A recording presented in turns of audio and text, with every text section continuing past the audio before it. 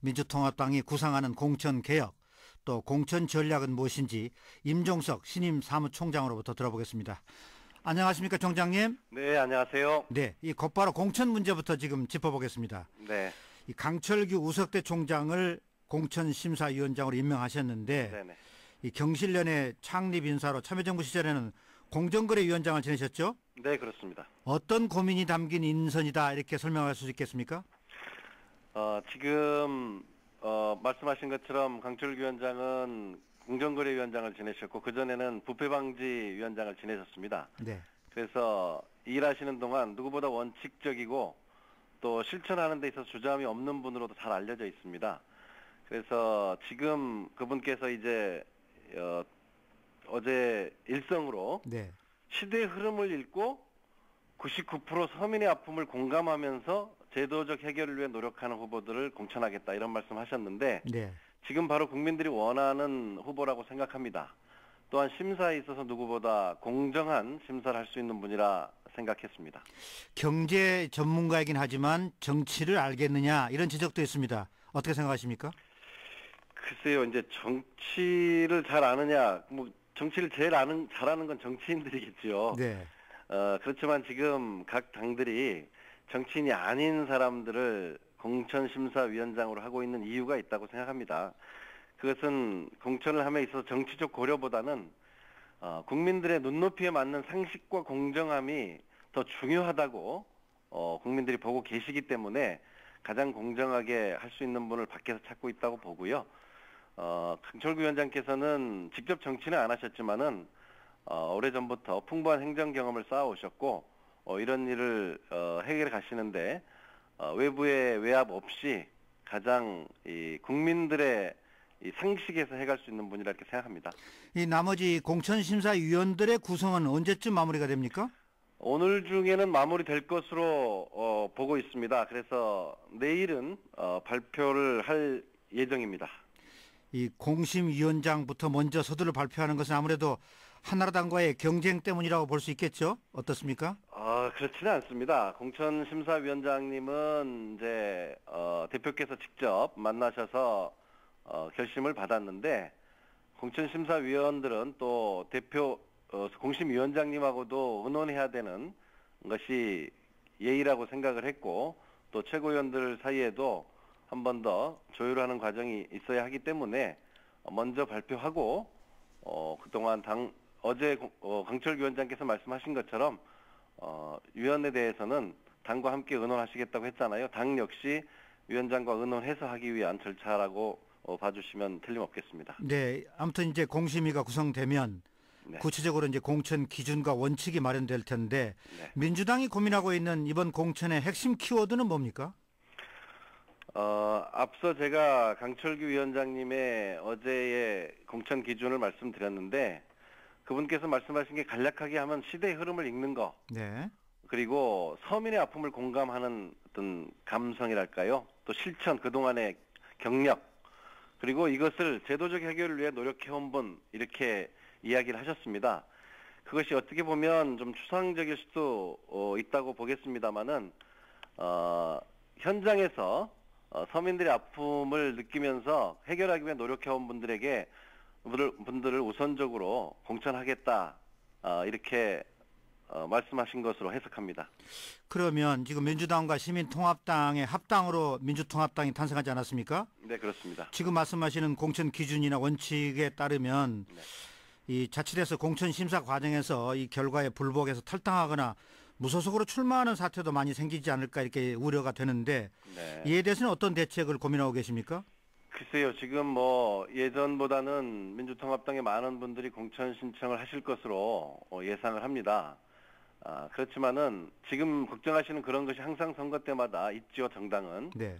그런데 일단 그것을 예방하기 위해서는 공천심사위원회를 누가 봐도 국민들의 눈에서 보기에 공정하게 구성하는 것이고요.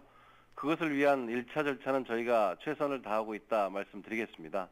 그리고 이제 정당법에는 이제 경선을 들어가게 되면 그 결과에는 승복해야 하는 법적 조항이 있습니다.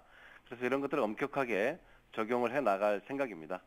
이 한나라당의 권영세 사무총장은 현역 의원 25% 지금 배제 방침이 확정돼 있고 네. 또 전략 공천까지 감안한다면 네. 어느 지역이든 현역 의원이 50% 정도는 물갈이 될 것이다 이렇게 얘기를 했습니다. 사무총장께서 보시기에 민주통합당 현역 의원들의 물갈이 폭 어느 정도로 예상하십니까? 글쎄요, 지금 한나라당에서 이제 아예 처음부터 25%라는 숫자를 제시했는데 네. 그것이 어떤지는 이제 뭐 제가 판단할 수는 없겠습니다. 현역 의원 몇 프로를 교체한다 이렇게 입장을 정하고 있지는 않습니다.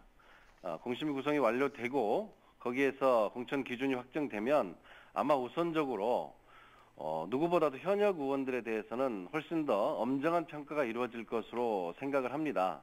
특히 저희들은 이제 현역 의원이 호남 지역에 많으신데 또 새로운 정치 변화에 대한 민심이 가장 들끓는 곳도 또 호남입니다. 그래서 제가 일률적으로 말씀드릴 수는 없겠습니다만은 현역 의원들에 대해서 저희 민주통합당 역시 엄격한 평가가 이루어질 것이다. 그렇게 말씀드리겠습니다. 지금 민주통합당은 전략 공천의 비율을 지금 어느 정도로 지금 잡고 있습니까? 저희 당원에는 30% 범위 안에서 전략 공천을 하고 70%는 경선을 하는데 그 경선은 국민 경선으로 한다. 완전 국민 경선으로 한다. 이렇게 되어 있습니다. 결과적으로는 한 50% 정도가 물갈이 될 수 있을 것이다 이렇게 짐작해 볼 수는 있겠군요. 글쎄요. 그것은 제가 일률적으로 드릴 수 있는 말씀이 아닌 것 같습니다. 알겠습니다. KBS 라디오 정보센터 오광균입니다. 오늘은 민주통합당 임종석 신임 사무총장으로부터 강철규 공천심사위원장 임명 배경, 민주통합당의 공천 전략 얘기 나누고 있습니다. 이 어떤 지역을 이 전략 공천할지도 관심이 모아지고 있는데 민주통합당은 지금 어떤 입장입니까?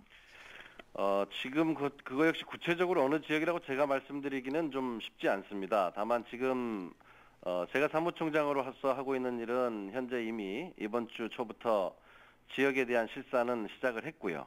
네. 이것은 저희가 기초 자료로 공천심사위원회에 드릴 것입니다. 그리고 이제 몇 가지 고려를 공천심사위원회가 하시겠죠. 예컨대 저희가 지금 당규가 완전히 최종 확정이 안 돼 있습니다만은 여성은 15% 이상 지역구 공천을 한다는 공감대가 있으니까 이걸 고려해야 할 것이고요. 네. 전략 공천을 하는 데 있어서요.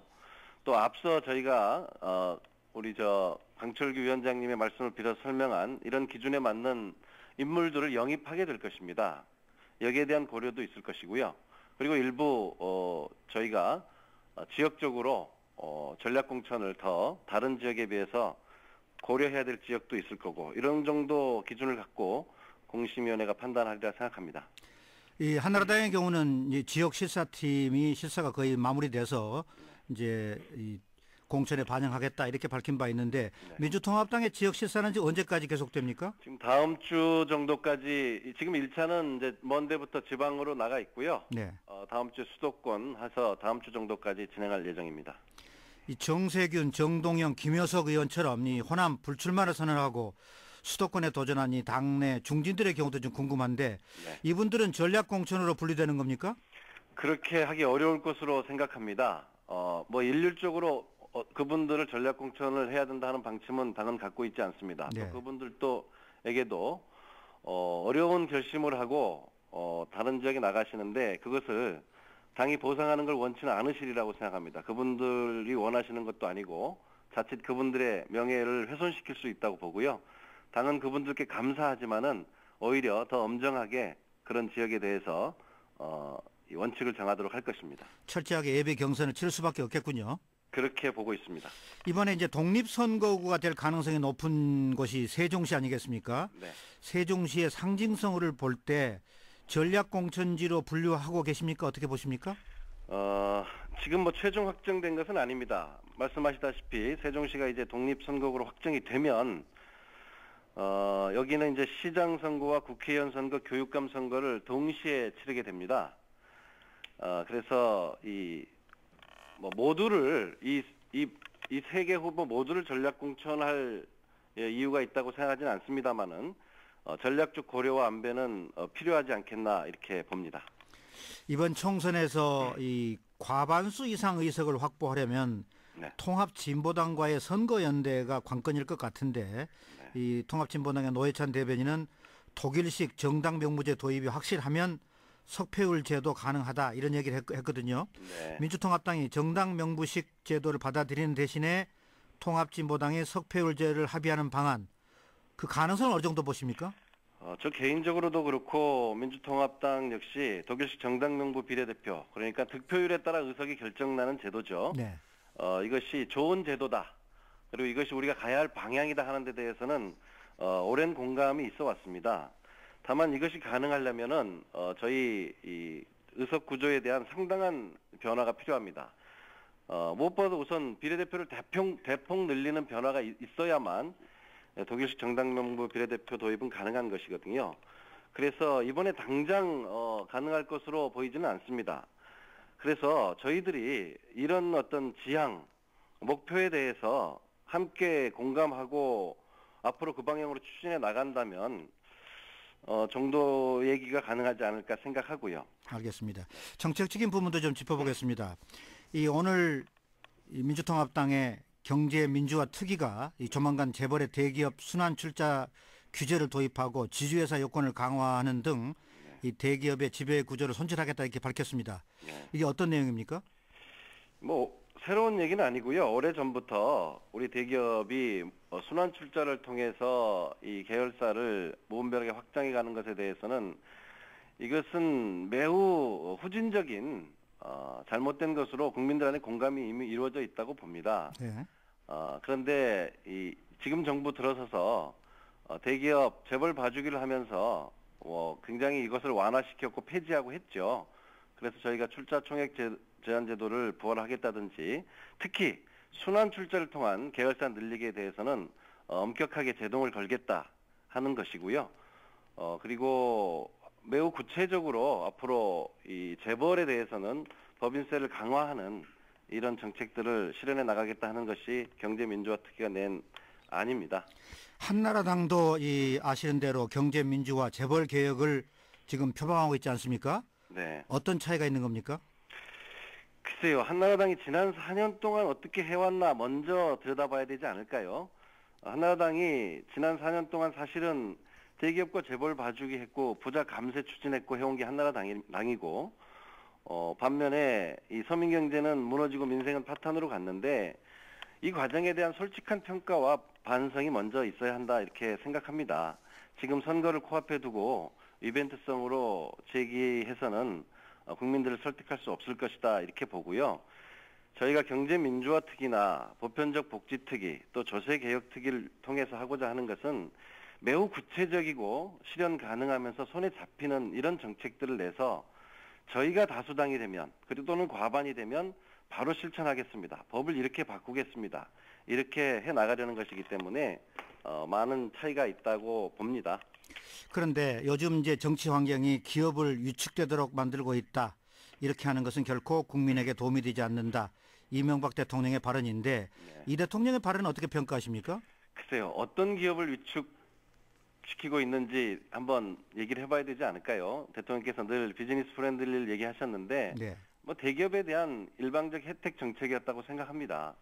대기업, 재벌기업 중심으로 거시지표를만 관리하고 중소기업 그리고 서민 경제가 무너지는 것은 방치해 오셨지 않습니까? 굳이 대통령께서 공정한 이야기를 하시려면 공정한 시장 프렌들리라고 해야 될까요? 그래서 대기업과 중소기업의 상생 그리고 경제 발전의 원동력인 서민 경제 안정에 훨씬 더 힘써야 한다고 생각합니다. 그런 점에서 대통령의 지적은 중요한 것과 덜 중요한 것, 더 급한 것과 덜 급한 것에 대한 구분이 안 되어 있지 않나 이렇게 생각합니다. 민주통합당 이번 4월 총선에서 그 예상하는 기대하는 의석수 어느 정도입니까? 저희들은 지금 무엇보다도 민생을 강조합니다. 이명박 정부 4년 동안 무너진 민생. 그래서 권력기관, 이것을 회복하기 위해서 권력기관과 재벌에는 엄격하고 중소기업을 지원하고 서민경제를 살리는 데 모든 힘을 쏟겠다. 그러기 위해서는 잘못된 법안과 정책들을 바꿔야 하는데 저희들은 그것을 매우 구체적으로 내놓겠습니다. 그리고 이것을 실천할 수 있도록 과반 의석을 달라고 국민들에게 호소드릴 생각입니다. 네, 과반 의석을 이제 목표로 일단 하고 있다 그런 말씀이시고 이 한나라당이 오늘 이 새 당명으로 새누리당으로 정했습니다. 네. 좋은 이름입니까? 글쎄요, 뭐 듣기는 좋습니다. 새누리당. 근데 저희들 저희들 경험을 네. 좀 들춰서 뭐 말씀을 드리면, 국민들은 당명을 어떻게 바꾸든 중앙당을 폐지하든 말든 대표와 최고위원을 없애든 말든 관심을 갖지 않습니다. 더 중요한 것은 그동안 이 정부 동안에 잘못돼서 무너진 경제, 특히 서민 경제, 구체적으로 어떻게 바꿔서 내 생활에 어떻게 변화가 올 것이냐고 다가가야지 당명을 바꾸는 것으로 민심을 얻을 수는 없다고 생각합니다. 이 오늘 그 한 신문이 지난 민주통합당 전당대회 때 한명숙 후보 측 인사가 이 시민선거인단 모집 대가로 금품을 제공했다 이런 진술을 대구시 선관위가 확보했다 이렇게 보도해서 지금 파장이 일고 있는데 네. 어떻게 지금 이 문제에 대해서는 당에서 평가하십니까? 글쎄요, 저도 지금 이제 언론에서 봤는데 대구시 선관위에서 우선은 빠르게 좀 선거 시기인 만큼 네. 빠르게 엄격하게 조사를 해서 또 검찰에 조치를 요한다면은 저희는 신속하게 그렇게 해주기를 바랍니다. 이전에 다른 사건에서도 이 선거 시기에는 원래 이런 관련 사건들은 빨리빨리 다루게 마련인데 네. 굉장히 기계적 균형을 맞추거나 흠집을 내기 위한 게 저는 적지 않았다고 생각합니다. 이 사건은 한명숙 대표나 당하고는 직접 관련이 있지는 않습니다.